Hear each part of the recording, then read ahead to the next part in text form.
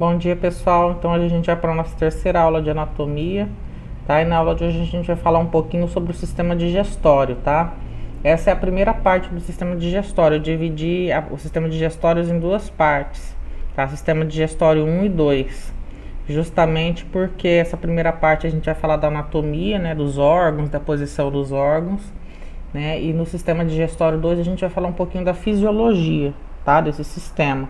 Então, na aula de hoje a gente vai falar um pouquinho só da anatomia dele, né? Os principais órgãos, como é que tá tudo organizado, tá? Então, basicamente, né, para que serve o sistema digestório? Qual que vai ser a função dele, tá? Então, a primeira função do sistema digestório é justamente a ingestão ou digestão de alimento, né? Então, basicamente, né, o sistema digestório, todos os órgãos que compõem esse sistema, a função dele é transformar esses alimentos em partículas tão pequenas que sejam capazes de ser absorvidas pelo nosso corpo, né? E esses nutrientes circular na corrente sanguínea para conseguir chegar na célula, tá? Então, o objetivo final da digestão é transformar tudo aquilo que a gente come, tudo aquilo que a gente ingere, né, em partículas tão pequenas que sejam capazes de circular na corrente sanguínea e chegar nas células do nosso corpo. Tá? Então existem alimentos que precisam passar por transformação química, né, que precisam ser fragmentados, ser divididos, e existem outros tipos, como por exemplo a água, né, que ela é absorvida exatamente da forma que a gente ingere, tá? Então, basicamente a função do sistema digestório, a primeira delas é ingestão ou digestão de alimentos, águas, vitaminas e minerais que devem ser quebrados, né? Quando a gente usa essa palavra quebrados, é justamente isso que eu estou falando. A gente tem que transformar esses alimentos em partículas tão pequenas que eles consigam circular na corrente sanguínea, né? Para a célula ser capaz de absorver e utilizar aquela energia no metabolismo dela, né? No metabolismo que ela executa no nosso corpo, né? Nas funções que ela executa no nosso corpo, tá? Uma outra função é absorver as partículas de alimento digeridas juntamente com a água para o sangue ou capilares linfáticos. Então, o órgão que faz essa transferência desses nutrientes para o sangue é o intestino, tá? Então, quando os alimentos chegam no intestino, eles já estão quebrados, né, em pedacinhos minúsculos, moléculas pequenas, né? E aí vai acontecer a absorção. Então o intestino absorve esses nutrientes e joga esses nutrientes para a corrente sanguínea. E aí esses nutrientes vão circular pela corrente sanguínea e vão chegar nas células do nosso corpo, tá? A terceira função justamente vai ser eliminar aquilo, né, que não foi utilizado pelo organismo, né? A digestão, ela produz resíduos, que são justamente tudo aquilo que não foi usado pelo nosso corpo. Então a gente vai eliminar isso na forma das fezes. Então as fezes, ela é o produto final da digestão. Tudo aquilo que o corpo não aproveitou, tudo aquilo que não teve utilidade, a gente elimina do corpo, tá? Então basicamente são essas as três funções, né, do sistema digestório. Então, transformar os alimentos em partículas tão pequenas que nosso corpo seja capaz de absorver, né, nossas células, né? Esses nutrientes vão ser absorvidos e jogados na corrente sanguínea, né? Quem transporta esses nutrientes é o sangue, tá? E depois o que sobrou, né? Todo aquele resto que a gente não precisa, que o corpo não utilizou, ele vai ser eliminado do organismo, tá? Através das fezes. Então, basicamente, são essas três funções as principais, tá? Aqui nesse slide nós temos justamente o desenho esquemático demonstrando, né, quais são os principais órgãos e as principais estruturas, tá? Então aqui, ó, nós temos, né, o sistema digestório, ele inicia na boca, tá? Então aqui, ó, o sistema digestório, ele vai iniciar na boca, né? Então a boca, ela é a primeira estrutura, né, o primeiro órgão do sistema digestório, a cavidade oral. Então na boca, né, vai acontecer o processo de mastigação, né? E esse alimento, ele vai ser deglutido, nós vamos engolir esse alimento, né?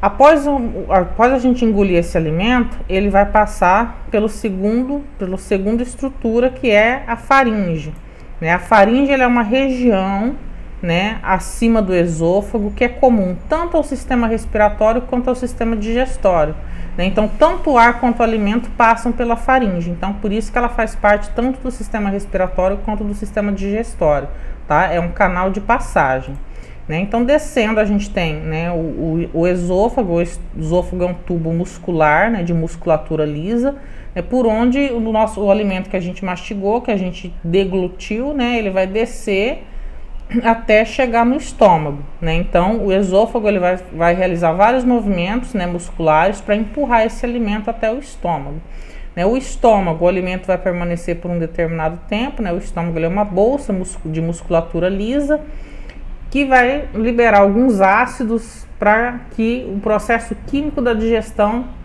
né, tenha continuidade, porque na verdade a digestão química ela inicia na boca, né? A saliva ela já tem substâncias, né, enzimas capazes de iniciar o processo de digestão, né, de algumas substâncias. Então, quando você deglute, né, você engole esse alimento e esse alimento chega no estômago, o estômago vai dar continuidade para esse processo de digestão, tá? Depois do estômago, o alimento vai ficar um tempo no estômago até ele passar por esse processo, né? O próximo estágio vai ser o duodeno. O duodeno é a porção que liga o estômago com o intestino delgado, tá? Então, o intestino delgado, ele é a parte mais longa, né, do sistema digestório. Então, os alimentos vão passar por todo o intestino delgado e vão sair aqui, ó, na porção inicial do intestino grosso, perto do apêndice, tá? Então, chegou aqui o alimento, né, o alimento vai continuar, aqui já no intestino delgado já começa a acontecer também a absorção dos nutrientes, tá? Chegou aqui no intestino grosso, né, o alimento já é praticamente os resíduos, né, aquilo que a gente precisa ser eliminado, mas conforme, né, esse bolo alimentar vai passando pelo intestino grosso, né, parte da água vai sendo absorvida, né, e vitaminas, algumas vitaminas também são absorvidas no intestino grosso, né? Então, basicamente, os intestinos têm uma função de absorção, né, até chegar à região final, né, que seria o ânus, né, o reto depois do ânus, tá? Existem glândulas, né, que a gente chama de órgãos acessórios, que são glândulas que são responsáveis por auxiliar nesse processo de digestão. Então, a gente tem as glândulas salivares, que estão localizadas na boca, o pâncreas, né, que fica aqui logo abaixo do estômago, encaixadinho aqui no duodeno, tá? O fígado, né, ele vai produzir a bile, que fica armazenado dentro da vesícula biliar, também é utilizado no processo de digestão, tá? Então, basicamente, essas estruturas aqui a gente chama de órgãos acessórios. São glândulas que vão produzir substâncias químicas que vão atuar no processo de digestão, tá? Então, basicamente, né, resumindo, qual seria a função desse sistema digestório, né? Deglutição e digestão do alimento que a gente ingeriu, né? A absorção dos nutrientes, das vitaminas, dos sais minerais, da água, né? Tudo aquilo que o corpo precisa aproveitar, e o que sobra, né, tem que ser eliminado. Então, o último estágio é a eliminação dos resíduos, aquilo que o corpo não utilizou, que não tem utilidade e que precisa ser eliminado através das fezes, tá? Então, basicamente é isso.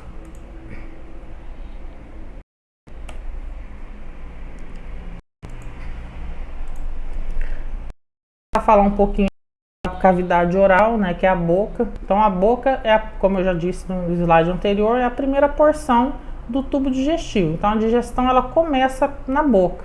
A partir do momento que você põe o alimento na boca, você já inicia o processo de digestão, tá? Então, quando a gente põe o alimento na boca, ele já inicia, né, a quebra desse alimento. A gente já começa o processo de mastigação. Essa mastigação já vai promover, né, a quebra desses alimentos em partículas menores, para facilitar depois a ação dos sucos digestivos lá no estômago. Então, quando a gente faz todo o processo de mastigação, né, em salivação, isso já é o estágio inicial da digestão, tá? Então, basicamente, vai iniciar na boca através da mastigação, que é feita pelos dentes, e da insalivação, né, que é a saliva produzida pelas glândulas salivares, e a língua ajuda a misturar esse alimento, né, esse bolo alimentar, com a saliva, e ajuda também no processo de mastigação, tá? Além disso, a língua também ajuda na percepção dos sabores, né? Então, os sabores, eles são sentidos, né, por papilas gustativas que nós temos na nossa língua, né? A língua ela é bem musculosa, é um órgão musculoso, né? Ela tem bastante músculo, e auxilia tanto no processo de digestão quanto no processo da fala também, né? Os dentes, eles auxiliam na trituração dos alimentos, né, em fragmentos menores. Então, gente, é importantíssimo o processo de mastigação, tá? Quando a gente inicia o processo de mastigação, a gente está mandando uma mensagem para o nosso corpo, para o nosso cérebro, que a gente está se alimentando, né? Então, quando a gente tem o hábito de mastigar bastante os alimentos, a gente tende a comer menos, porque o cérebro, ele demora um tempo para entender que você está satisfeito. Então, se a gente mastiga pouco o que a gente come, a tendência é a gente comer mais do que o normal, a gente acaba comendo mais.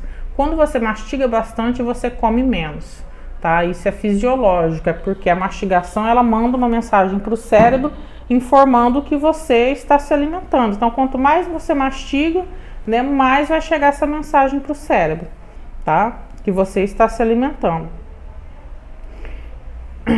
Então, aqui a gente tem os dentes, né? A arcada dentária superior, a inferior, a língua, né? Que é responsável por auxiliar nessa mistura do alimento na boca, né? Para fazer a insalivação do alimento. Aqui a gente tem a cavidade oral, né? O palato duro, que tá aqui, é um osso da base aqui do crânio, né? O palato mole, que é a parte, né, de cartilaginosa. No final dele a gente tem a úvula e a região da faringe aqui, ó. A faringe, então, ela é um ponto de junção, tanto da parte respiratória quanto, né, da parte do sistema digestório, tá? Então, aqui a gente tem o segmento para o esôfago, né? Então, o esôfago vai seguir por esse caminho aqui, ó. Então, o alimento, ele vem, é mastigado aqui pela boca, aqui, ó. Mastigou na boca, quando você engole, ele vai fazer esse caminho aqui, ó. Vai passar pela faringe e vai cair aqui dentro do esôfago, né? O ar, ao contrário, né, ele faz esse caminho. Então, você respira, puxa o ar vai turbilhonar aqui dentro dos cornetos nasais, vai descer, passar pela faringe e vai entrar aqui por dentro da porção inicial, que é a laringe, e depois a traqueia, tá? Mas reparem que quando chega na faringe, é um canal de passagem comum, né? Tanto o sistema respiratório quanto o sistema digestório, né, vai passar aqui pela faringe, tá?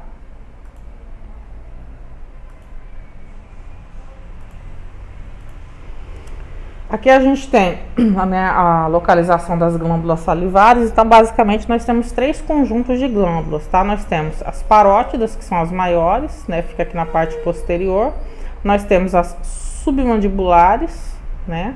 Que fica aqui embaixo da língua, embaixo do maxilar aqui, né, na parte da mandíbula, tá? E nós temos a sublingual, que fica embaixo da língua. Então, basicamente, são esses 3 conjuntos de glândulas salivares que a gente tem, né? E a saliva, ela é importantíssima para o processo de digestão, tá, gente? Então, quando a gente mastiga bem o alimento e esse alimento é bem salivado, a nossa digestão tende a ser muito melhor e muito mais fácil, tá? Então, basicamente, ó, a saliva, ela tem a função, saliva aqui, ó, tem a função, né, de iniciar a quebra do amido. Então, quando você começa, né, a mastigar o alimento na boca, ela já produz, existe uma substância química presente na saliva que já começa a fazer, né, a digestão de todo alimento que contém amido, batata, milho, né? Qualquer alimento que contém amido, ela já vai iniciar esse processo de digestão, tá? Além disso, ela secreta um líquido espesso que contém muco, né? E que tem a função de lubrificar o alimento. Então, né, é importantíssima a saliva, porque quando a gente coloca, né, um alimento na boca, ele precisa ser ensalivado, ele precisa ser umedecido, né? E a saliva que faz esse processo, tá? O ato de engolir é denominado deglutição. Então, quando você fala fulano deglutiu alguma coisa, quer dizer que ele engoliu. Deglutição, né, é sinônimo de engolir. Uma curiosidade sobre as glândulas salivares é a seguinte, né? Essas glândulas, principalmente as parótidas, que são as maiores, elas podem ser acometidas, né, por um tipo de vírus chamado de paramyxovírus. Esse vírus, ele causa uma inflamação nessas glândulas que é chamada de cachumba, né? E Se esse vírus, ele habitualmente, quando ele promove essa infecção, ele vai promover essa inflamação aqui nas glândulas salivares, mas eventualmente, tá? Esse vírus, ele pode começar a circular na corrente sanguínea e pode chegar nos testículos e causar uma inflamação testicular, né? Então, se o homem tiver uma inflamação testicular causada por esse vírus, né, ele tem uma chance de ficar, de não produzir mais espermatozoides em quantidades adequadas para ele ser capaz de engravidar uma mulher, né? Ele tem uma chance de ficar estéril justamente porque o vírus ele prejudica os túbulos seminíferos, que são as regiões responsáveis pela produção dos espermatozoides, né? Então, especialmente nos meninos, né, a cachumba ela tem que ser muito cuidada, né? Antigamente os avós, né, de antigamente falavam, pegou cachumba, tem que ficar quietinho, deitado, não pode andar, não pode fazer esforço para a cachumba não descer, né? Na verdade, isso é vamos dizer assim, isso é um folclore, né? O problema da cachumba toda é que se esse vírus ele atingir a corrente sanguínea, ele pode chegar e se instalar no testículo. E se isso acontecer, tem uma chance do menino se tornar estéril, né? Ele vai ter uma quantidade insuficiente de espermatozoides e não vai ser capaz de engravidar uma mulher, tá? Não é que ele vai ficar impotente, gente. O pênis vai ter ereção normalmente, tá? A relação sexual ela vai acontecer normal, a ejaculação normalmente. O único problema é que vai prejudicar a produção de espermatozoide e isso afeta diretamente a fertilidade do homem, né? A outra estrutura, né, que a gente tem é a faringe, que eu já falei, né, que ela fica no final da cavidade bucal, tá? E é um canal comum tanto para o sistema respiratório quanto para o digestório. Então a gente pode dividir a faringe em 3 regiões, tá? Nasofaringe, orofaringe e laringofaringe. Então observem aqui, ó. O próprio nome está dizendo nasofaringe, tá? Quando é nasofaringe, ela tá mais aqui na parte mais superior, tá vendo? Então a nasofaringe ela fica aqui na parte mais superior, tá? Essa região mais superior. Orofaringe, oro, lembra o que? Cavidade oral. Então essa cavidade oral tá nessa altura aqui, então a orofaringe vai ficar próximo à cavidade oral. Laringofaringe, tá? Laringofaringe é justamente a parte da faringe que está aqui próximo à entrada para a laringe, tá? Então essas 3 regiões, né, nasofaringe, orofaringe e laringofaringe, né, são as regiões da faringe.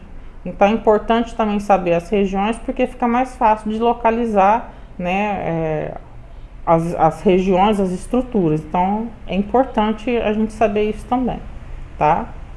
Aqui a gente continua vendo todas as estruturas, ó, a língua, né, a epiglote, tá? A epiglote é justamente essa cartilagenzinha que fecha o canal de passagem aqui, ó, né? Eu vou mostrar depois uma outra imagem que demonstra bem isso, tá? A epiglote sendo fechada quando a gente deglute alguma coisa. Então quando você engole, né, essa epiglote ela fecha a entrada da laringe, justamente para não ir líquido, comida, né, ou qualquer outra coisa que não seja ar, né, para dentro do pulmão. Então quando você engole alguma coisa, imediatamente a epiglote abaixa e fecha a entrada da laringe aqui, tá? Então aqui, ó, na faringe a gente tem algumas cavidades, tá? As cavidades timpânicas, né? Existem cavidades do tímpano que desembocam aqui na região da nasofaringe, tá? Nós temos as cavidades nasais, tá? A cavidade oral, né? A cavidade aqui da laringe, na região da laringofaringe e o esôfago, né? Então quer dizer, aqui está demonstrando na imagem todas as regiões que estão aqui, né, ligadas diretamente à faringe. Tá? Então nós temos várias regiões, ó. Temos 2 cavidades timpânicas, né? As cavidades nasais são 2 também. Cavidade oral é uma só, né? Laringe é uma só e esôfago é um só, tá? Aqui a gente tem realmente demonstrando direitinho, ó, tá vendo? Quando você engole o alimento, olha o que acontece com a epiglote, ó. Ela baixa e fecha a entrada da laringe justamente para o alimento ele descer pelo esôfago. Então, quando você engole saliva, esse movimento acontece. Quando você engole alimentos, quando você engole água, qualquer coisa, né? O ato de engolir, imediatamente ele faz com que essa epiglote se abaixe e feche a laringe, tá? Quando a gente tem o tosse, alguma coisa que engasgou, né, é justamente um reflexo do corpo para expulsar de dentro da laringe da traqueia, né, qualquer substância estranha que não seja o ar, né? Então é um movimento reflexo, na verdade, né? A tosse é para pôr para fora aquilo que não pode seguir para dentro do pulmão, porque no pulmão só pode entrar ar, tá? Que a gente tem, né, um corte em perfil demonstrando a relação dessas estruturas. Então, olha, eu tenho a coluna, tá vendo? A coluna toda aqui, então começa aqui, ó, na altura da C5 e C6, tá? A gente tem aqui, ó, faringe, né, a região da cartilagem cricóide da laringe, que faz parte do sistema respiratório, aqui a traqueia. Atrás da traqueia eu tenho quem? O esôfago, tá vendo? O esôfago ele passa aqui, ó, até atravessar o diafragma, que é esse músculo aqui, ó, e abaixo do diafragma o esôfago vai atravessar e vai se ligar com o estômago, que tá logo aqui do lado esquerdo, tá?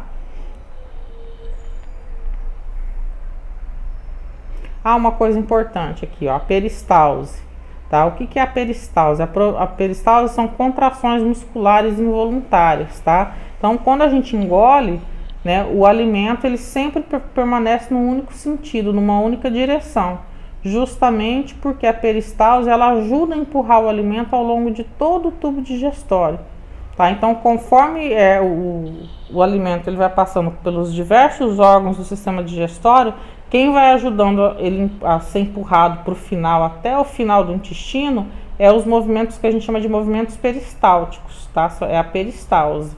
Então, o que é a peristalse? A peristalse é justamente esses movimentos musculares, né, que vão ajudando a empurrar o alimento ao longo do tubo digestivo, tá?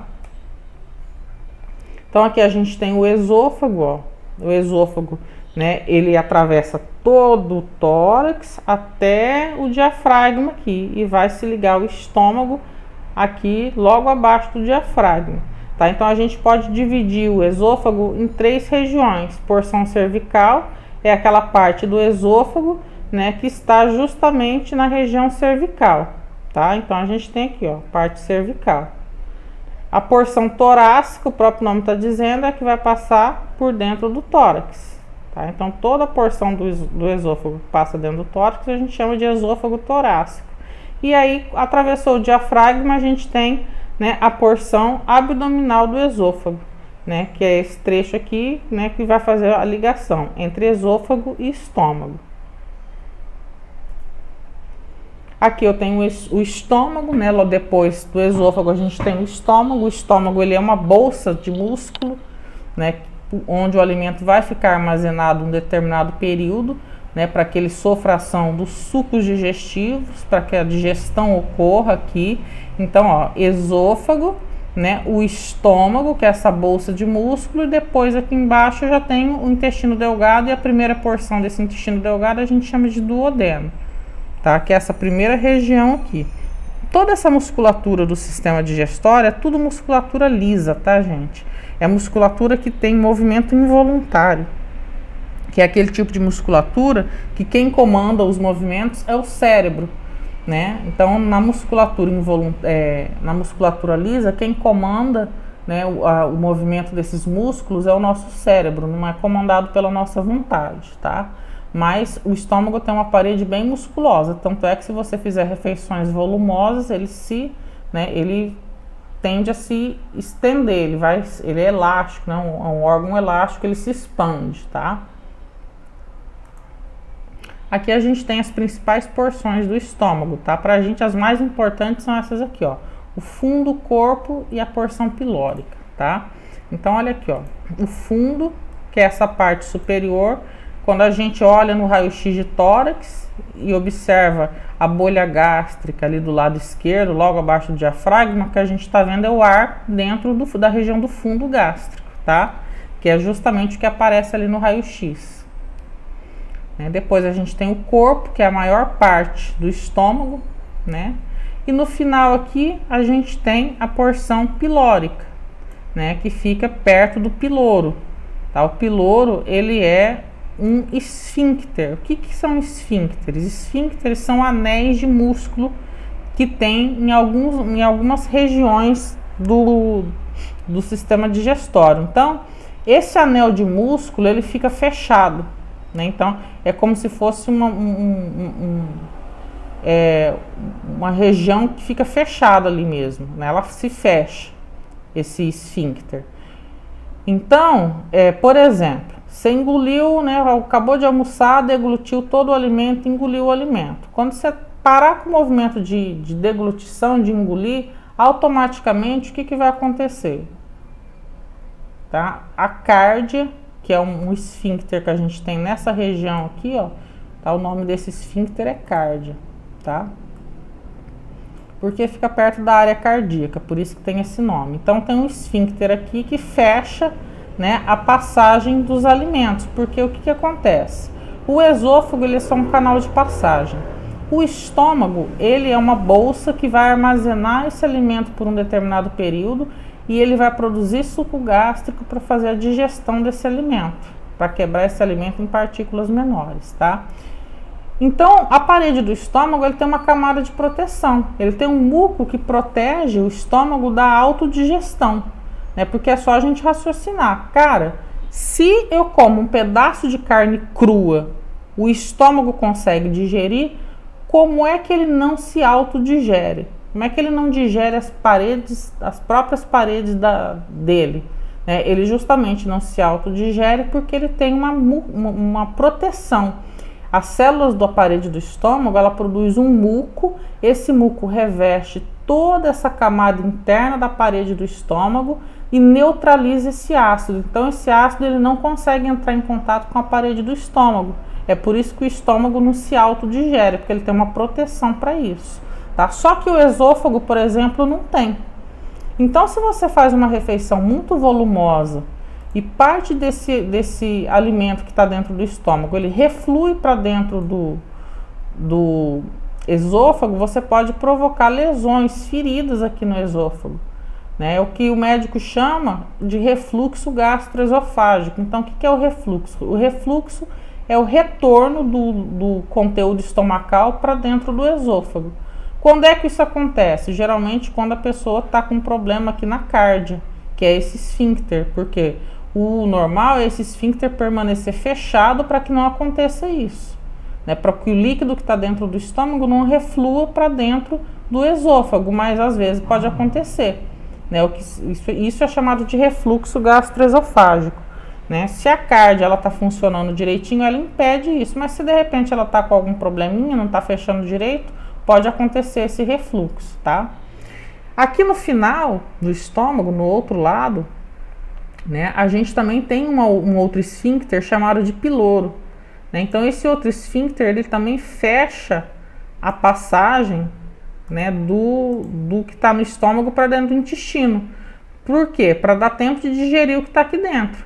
Conforme vai acontecendo a digestão, né, esse esfíncter pilórico aqui, ele vai se abrindo aos poucos e deixando passar, né, aquilo que já foi digerido para dentro do intestino. Né? Então, vai sendo feita uma passagem devagarinho, tudo para dentro do intestino. Tá? Então, basicamente, essas regiões são as mais importantes que eu circulei aqui. Ó. O estômago está dividido em duas curvaturas, tá? A gente chama de curvatura menor, que é essa parte interna, e a curvatura maior, que é essa curvatura externa do estômago. Tá?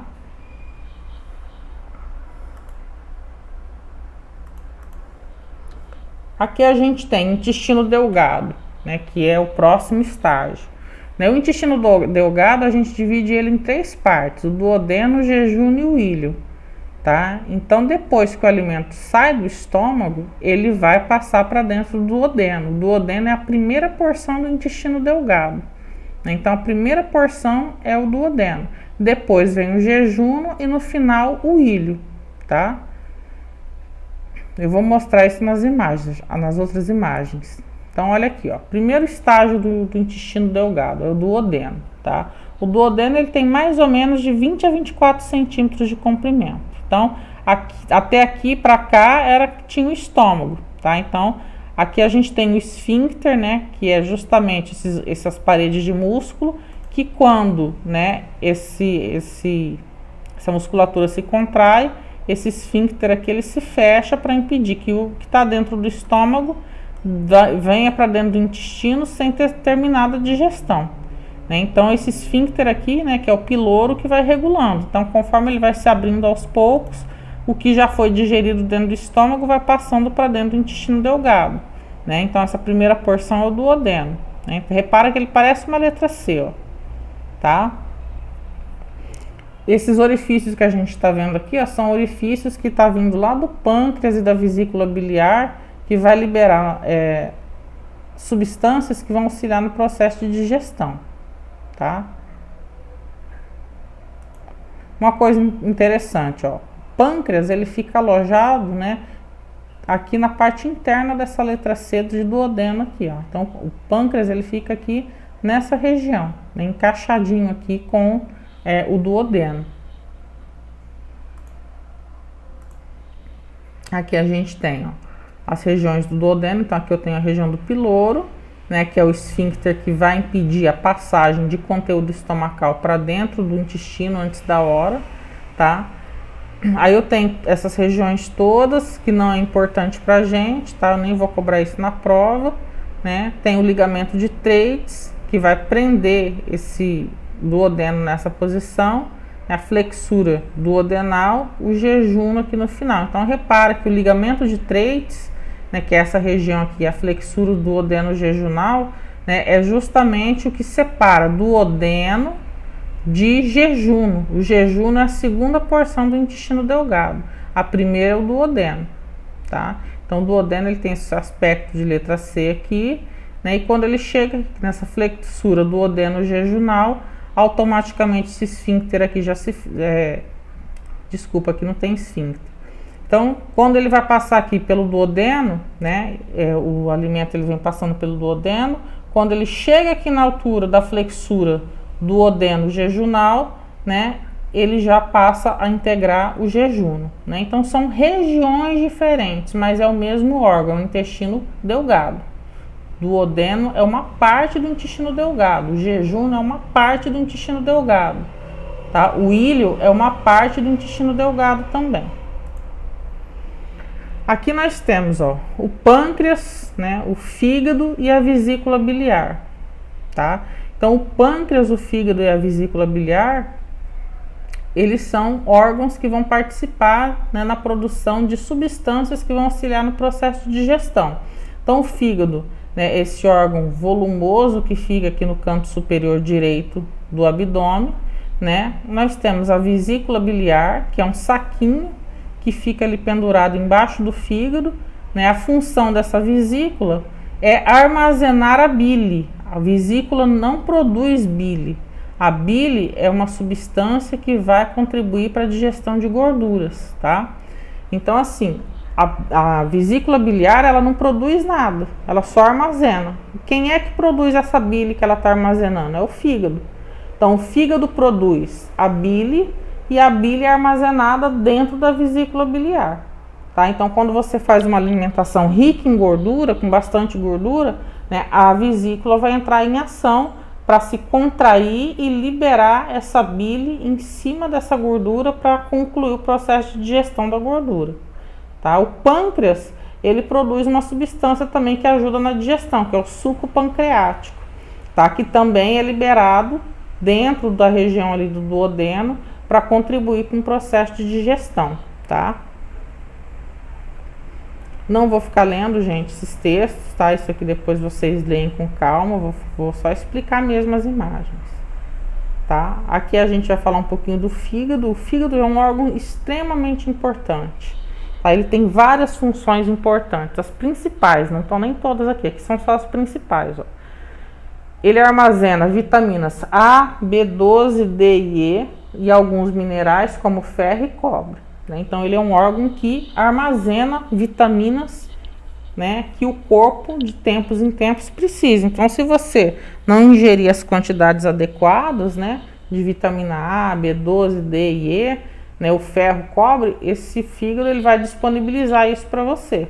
mas isso não vai ser indefinidamente. Se você continuar fazendo uma alimentação pobre nisso tudo aqui, você vai ter uma carência nutricional que tem que ser corrigida, tá? Mas ele no primeiro estágio, ele auxilia, né, justamente no armazenamento dessas vitaminas. Uma segunda função é a destruição das hemácias velhas ou anormais. Eu falei isso lá na aula, né, quando eu falei de sistema respiratório.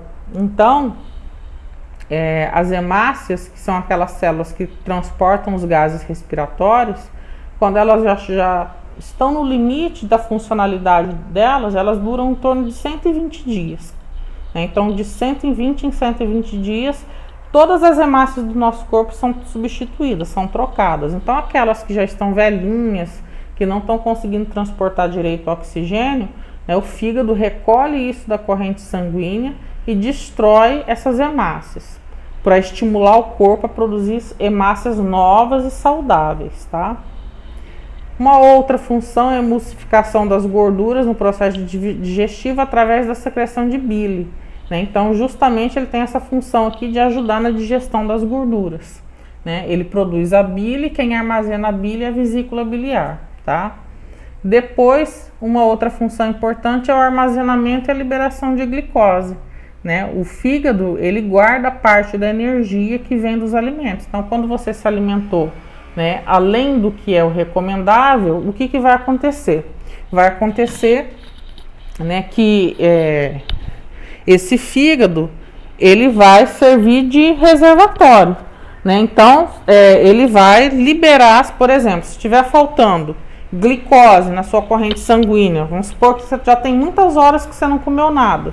Se estiver faltando glicose, ele vai disponibilizar glicose no sangue, tá? Se tiver excesso de glicose, né, aí é outro órgão que vai entrar em ação. Quem vai entrar em ação nesse caso é o pâncreas. Por quê?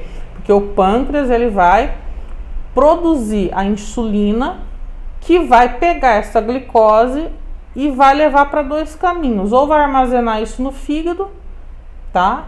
Ou vai levar para dentro da célula, se a célula estiver precisando de energia, né? Então, o fígado, ele tem um papel importante aí nesse mecanismo de liberação de glicose, tá?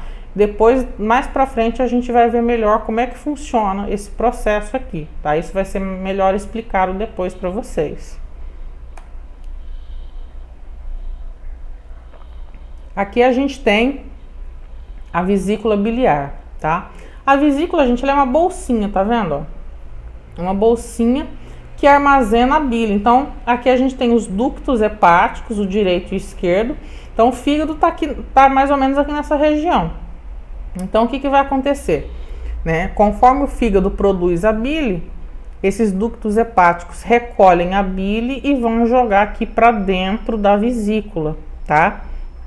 E ela vai ficar guardadinha aqui dentro. E aí, quando você faz uma refeição rica em gordura, né, a bile se contrai, né? Ela tem uma parede de musculatura lisa, então ela se contrai e expulsa esse líquido aqui de dentro, e esse líquido vai vir e vai cair aqui por esse orifício aqui, que a gente chama de esfíncter de Oddi, tá? Essa região do esfíncter de Oddi, né, ele permanece fechado, e quando precisa secretar, né, quando precisa liberar a passagem de algum líquido digestivo, ele se abre e permite que esse líquido caia aqui no duodeno. É um canal comum, ó, tanto para a vesícula biliar liberar a bile, quanto para o pâncreas liberar o suco pancreático também.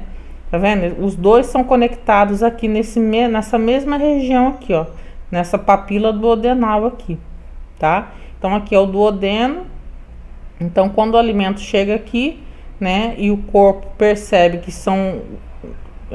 tem gordura ou alguma substância que há necessidade da liberação da bile ou do suco pancreático, é nessa região que vai acontecer a liberação desses sucos, tá? Aqui nós temos, ó, mostrando, né, o ducto biliar comum, o ducto pancreático, também chamado de ducto de Wirsung, tá? As duas formas estão corretas, tá? Você pode falar ou ducto pancreático ou ducto de Wirsung, tanto faz, tá? A ampola hepatopancreática, né, também chamada de ampola de Vater, é justamente o ponto onde ambos, né, se juntam aqui. E vão se juntar na região da papila duodenal, onde a gente tem o esfíncter de Oddi, né, que vai justamente comandar a abertura dessa saidinha aqui para liberar as substâncias necessárias para o processo digestivo. Não vou ficar lendo isso tudo, tá, gente? Eu vou falar lá na frente, quando eu mostrar as imagens, tá? Aqui nós temos, ó, então, o estômago, né? Então, aqui, começando aqui de cima, ó, nós temos a cárdia, né?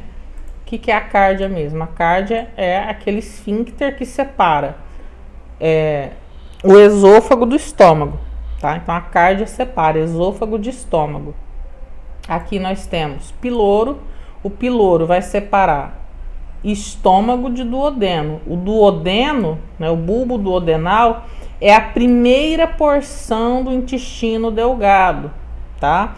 Então, passou pelo duodeno, o alimento vai chegar no jejuno. O jejuno, né, ele corresponde a 2/5 do intestino delgado, tá? Então, vai passar pelo jejuno e aqui no final eu vou ter a região do íleo, né, que já é a parte final do intestino delgado. O intestino delgado ele vai desembocar aqui embaixo, ó, nessa região aqui, ó, que é a primeira porção, né, do intestino grosso. O apêndice vermiforme que tá aqui, né, ele não tem função, mas ele tá ali, ele existe, né, mas há uma conexão aqui, né, que vocês vão ver aqui, ó, na válvula iliocecal, tá?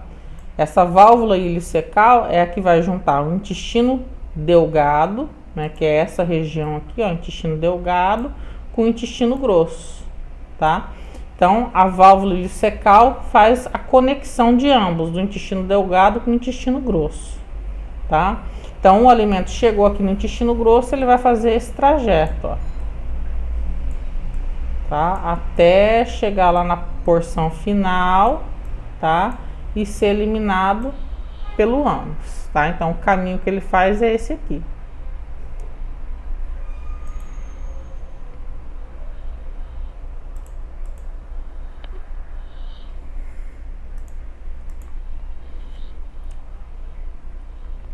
Aqui, ó, tô falando um pouquinho do intestino grosso, tá? Mesma coisa, não vou ficar lendo o texto, depois vocês vão ler com calma, né, tudo que tá aí no material, mas eu vou falar tudo lá na frente, tá? O intestino grosso já é o estágio final, é o órgão já do estágio final. Então, aqui, ó, saiu aqui do intestino delgado, a gente tem a válvula iliocecal, que faz essa conexão de intestino delgado com intestino grosso. A região do ceco, tá? O ceco é essa primeira porção do intestino grosso e nós temos o apêndice vermiforme. O apêndice, na verdade, tem até uma piada que fala, o apêndice serve para quê?